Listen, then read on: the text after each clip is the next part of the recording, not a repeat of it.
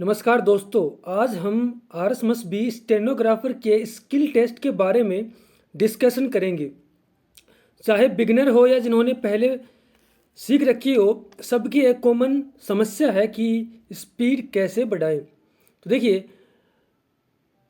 Actual में क्या होता है, जब हम स्किल देने जाते हैं तो वहाँ पर हमसे मांगी तो 100 वर्ड पर मिनट जाती है, लेकिन वो क्या है, स्पीड के अंदर फ्लक्चुएट करता है।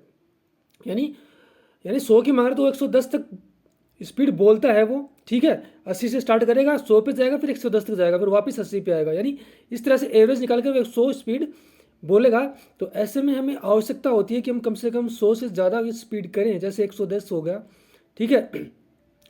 तो देखिए फ्रेंड्स, आज मैं आपसे कुछ ऐसी टिप्स दूंगा आपको आज, ठीक है, जो आपके लिए यूज़फुल होंगी, स्पेशली उनके लिए जो जिनकी स्पीड नहीं बढ़ पा रही है, जो बहुत कोशिश कर रहे हैं पर जिनकी स्पीड नहीं बढ़ पा रही है।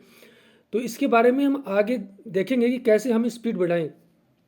ठीक है, सबसे पहले हम मैटर्स के बारे में बात कर लेते हैं कि कौन कौन सा मैटर एग्जाम में आता है। देखिए, पिछली बार का अगर मैं मैटर बात करूं तो पिछली बार क्या मैटर आया था। देखिए, पिछली बार के मैटर की अगर बारे में बात करूं मैं, देखिए तो पिछली बार क्रिकेट के ऊपर आया था। किसके ऊपर? क्रिकेट पे। अगर इंग्लिश में मैं बात करूं तो इंग्लिश के ऊपर क्रिकेट में आया था। हिंदी में बात करूँ तो डोगरी पे आया था। ठीक है, डोगरी रेनी सीजन पे आया था, रेनी सीजन के ऊपर आया था। ठीक है, विंटर पे आया था। इस तरह से हमें पता चला कि जो स्किल के अंदर जो प्रीवियस बार जो पूछा गया था मैटर, वो मिसलीनियस मैटर पूछा गया था। ठीक है, हम क्या करते हैं कि जैसे हमने क्लास मैगजीन लगा ली, ठीक है, ओनली हम क्लास मैगजीन लगा लेते हैं या फिर रामधारी दिनकर की बुक लगा के चले जाते हैं, लेकिन वो मैटर जो पूछ रहा है एग्जाम के अंदर, वो मिसलेनियस मैटर पूछ रहा है, यानी स्पोर्ट्स से पूछ रहा है। विंटर समझ लिया, जो करंट के मैटर जो चल रहे हैं फिलहाल, वहाँ से क्वेश्चन उठा रहा है। जैसे ओलंपिक्स हुए हैं, पैरा ओलंपिक्स हुए हैं, इनसे वो मैटर उठा सकता है आगे। ठीक है, स्पोर्ट्स की हो गए, ठीक है, प्राइम मिनिस्टर की कोई विजिट हो गई, तो ऐसे मैटर को भी हमें तैयार करना होगा। इनके साथ साथ जैसे हमने रामधारी की बुक तैयार कर ली, कैसी वॉल्यूम तैयार कर ली। ठीक है, प्रोग्रेसिव, इसके अलावा प्रोग्रेसिव जो मैगजीन होते हैं वो करना भी हमारे लिए बहुत जरूरी है। तो प्रोग्रेसिव आपको मैगजीन भी करनी होगी। ठीक है, तो ये प्रीवियस ईयर मैटर की बात होगी। अब देखिए, एक्चुअल में क्या होता है, सबसे किसी व्यक्ति की स्पीड 60 वर्ड पर मिनट है। ठीक है, किसी की 80 है, ठीक है, किसी की 100 है। ठीक है, तो सबसे पहले हम 60 वर्ड पर मिनट वाले की बात करते हैं। अब देखिए, एग्जाम के अंदर एक्चुअल में वो क्या करता है, एग्जाम में हमसे मांगी तो गई 100 की है, ठीक है, लेकिन वो ऐसा नहीं कि पूरी 100 की स्पीड में बोलेगा। हो सकता है वो 80 से स्टार्ट करे, फिर 100 पे आए, ठीक है, फिर 110 तक जाए वो।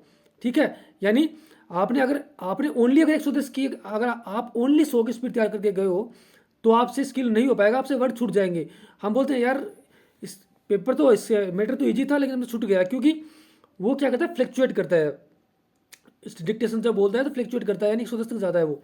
80 से स्टार्ट करेगा, 100 पे आएगा, फिर 110 तक जाएगा, तभी तो वो एवरेज स्पीड 100 बनेगी उसकी।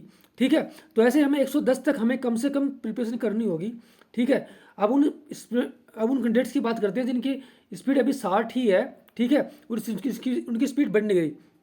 तो देखिए, अगर आपको 100 तक जाना है, 110 तक जाना है, तो आपको अपने कंफर्ट जोन से बाहर आना ही होगा। यानी आप क्या करिए, अगर आप 100 आपकी 60 की स्पीड है तो आप 80 का मीटर लिखना शुरू कर दीजिए। ठीक है, जिनकी 80 की है वो 100 का मीटर लिखना शुरू कर दें। ठीक है, स्टार्टिंग में आपको जो रहेगा आपसे नहीं लिखा जाएगा। हो सकता है 600 वर्ड्स का अपने मीटर लिखा हो और आपसे 50 ही वर्ड लिखे गए हों, लेकिन आप प्रैक्टिस करोगे तो आगे आगे आप सक्सेसफुल जरूर होगे। पता है कि सभी कोचिंग इंस्टीट्यूट में आजकल ये बताया जा रहा है कि आप डायरेक्ट 100 की स्पीड में मत जाइए, डायरेक्ट 110 की स्पीड में मत जाइए। आप पहले 60 कीजिए, उसके बाद 80 पे आइए, उसके बाद 100 पे जाइए। देखिए, ये पुराना मैटर हो चुके हैं। आपको अगर सिलेक्शन लेना है तो आप को अपने कंफर्ट जोन से बाहर निकलना ही होगा। सपोज कीजिए आपकी स्पीड 60 है तो आप 80 का आप लिखेंगे अभी से। ठीक है, और जिनकी 80 है वो 100 का लिखें, जो जिनकी 100 है वो 110 से 120 तक जाएं। उससे क्या होगा कि आपके हाथों में फ्लैक्चुएशन आएगा, यानी फ्लेक्सिबिलिटी बढ़ेगी आपके हाथों की। आपका माइंड उसको ग्रेप करना शुरू कर देगा उस चीज़ को।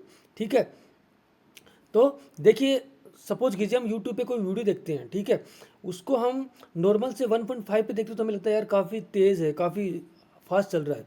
लेकिन डायरेक्ट हम नॉर्मल से 2.0 पे देखें, उसको 2 की स्पीड से देखें तो हमें लगता है यार बहुत फास्ट है। ठीक है, 2 से हम जब 1.5 पे आएंगे तो हमें लगता है कि हाँ ठीक है, अब कम हो गया। ठीक है, ठीक है, तो वैसी कंडीशन है। अगर 1.5 से हम बिल्कुल नॉर्मल पे आएंगे तो हमें लगेगा यार क्या है, तो बहुत धीरे बोल रहा है। ठीक है, तो यही देखिए इस ट्रिक को बहुत लोगों ने अपनाया और बहुत लोगों ने काफ़ी स्पीड इंक्रीज की है। ठीक है, तो आपको एक्चुअल में आप जितना लिख रहे हो उससे ज़्यादा स्पीड लिखना चाहिए। 80 वाला लिख रहा है वो 100 की लिखिए। ठीक है, देखिए नहीं लिखा जाएगा, आपको शुरू में जो रहेगा, हो सकता है कि आपने 600 वर्ड का डिक्टेशन लिखा और 50 वर्ड ही लिख पाए, लेकिन आप इसको कंटिन्यू रखिए 1 महीने तक। उसके बाद मैं गारंटी लेता हूँ आपकी स्पीड 100% बढ़ेगी। नहीं बढ़ेगी तो आप मुझे यहाँ बताना।